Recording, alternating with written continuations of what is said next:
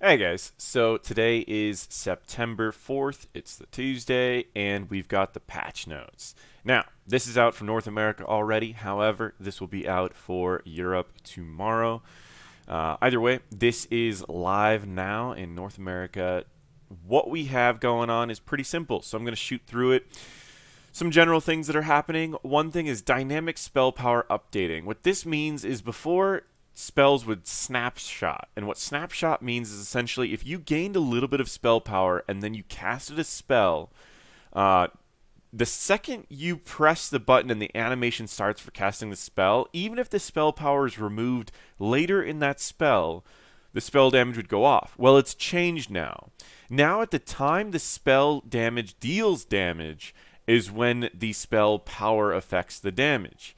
Meaning, if you were to send a Pyroblast out and you had a Nano Boost on you and then it dropped, you would lose the spell damage from the Nano Boost. However, now it's a little bit, it might be a little bit better for the Ana players because the Kael'thas could send a Pyroblast out, and then as it's about to hit, the Ana player could go, I don't know if that's enough damage to kill him. Quickly nano boost the Kael'thas, and then boom, the the Pyroblast lands and blows him up. So, pros and cons about dynamic spell power updating. I think it's going to be a little bit better for the people who can add spell power to their team because they can visually see if it's worth it rather than just trying to do a predictive, hey, let's nano boost this Kael'thas and then let's hope he does a good Pyroblast. So, I think it's a little bit better. Now on to the battlegrounds. Hanamura Temple. Hanamura has been renamed to Hanamura Temple and has received a significant gameplay update. Guys, I did a video on this. I actually really like the new Hanamura. I think it's one of the most balanced maps from what I can tell. It seemed really balanced going in. It wasn't very snowbally, but it did give an advantage for the objectives. There were a lot of things to do on the map, so in case you were losing the objectives, the maps have really fast camp timers. The camps have very fast camp timers. Pretty nice. Battleground updates. The unranked battleground rotation has been updated for the following. This means that you won't be seeing Blackheart's Bay. You won't be seeing Haunted Mines. You won't be seeing a few of the other ones because they want us to see Hanamura Temple more often. That doesn't mean that we're going to be seeing Hanamura Temple all game like we do in the PTR, but still, that's not bad. Mephisto's out, did a video on Mephisto, I won't go into that. User interface, Jaina has received updated UI elements for her baseline Frostbite quest. Let's take a look at this. So we see over here, there's no longer the little quest down at the bottom. Instead, we have this giant chill damage thing. And what does this show? It's this little bar that goes through. And as you go through it, it starts completing. If you guys ever wondered how much it takes to complete this quest on 2 enemies, this is what it looks like. And once it completes, then it gives a little snowy effect onto the crystal around it.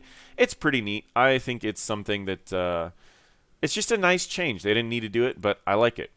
They made changes to 2 supports. We already talked about the Tyrande one, so let's talk about the Alexstrasza. They're making Lifebinder's heal a little bit lower. They're dropping it by 15 per second.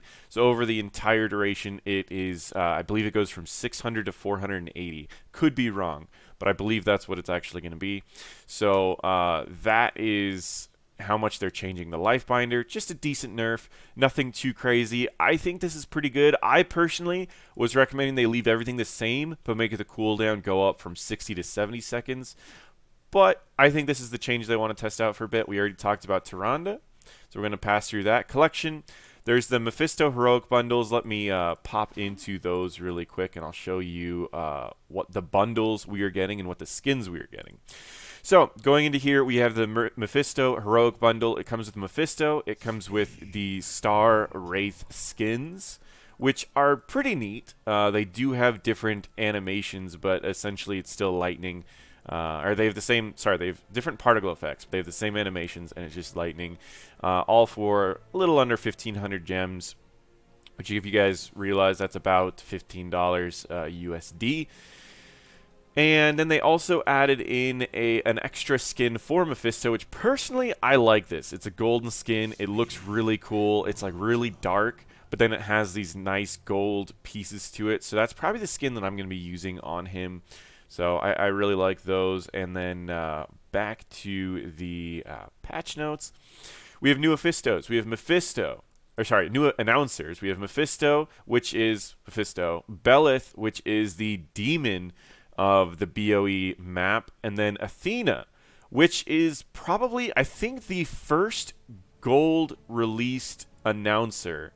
Hold on, it should be under Overwatch. Yes, the first gold released announcer, and it sounds like the announcer from Overwatch. So if you want some Overwatch nostalgia and you've got 8,000 gold, then there you go. You can have the Overwatch announcer. New skins, they talk about these. Pretty simple. New portraits, sprays, and emojis. Several new emoji packs have been released. You can go look at our most recent dev blog. I don't know which ones have been added. I'm not going to go searching for all of them. But then there's been some bug fixes, loading screen fixes, custom game fixes. I haven't actually experienced this one, and I've done a lot of custom games. However, I have seen this before.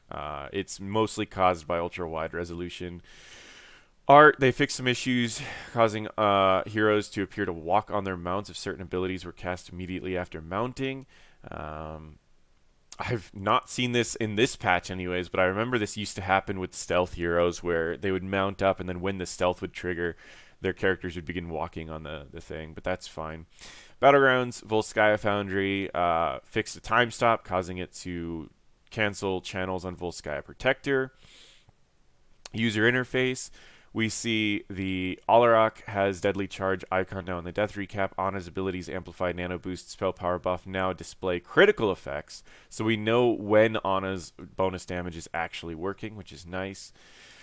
Some issues for Cassia, Diablo, Joanna Li Ming, Lunara Stitches.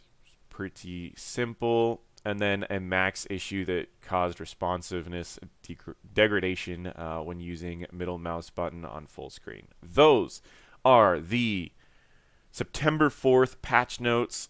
Hope you guys all enjoy. I'm excited to hop in the game, play some Hanamura.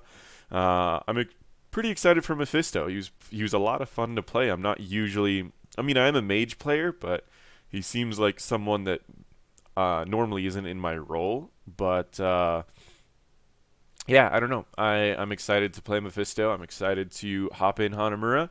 And I like the changes they made to Jaina. So awesome. Thank you all for watching, and I will see you in the Nexus.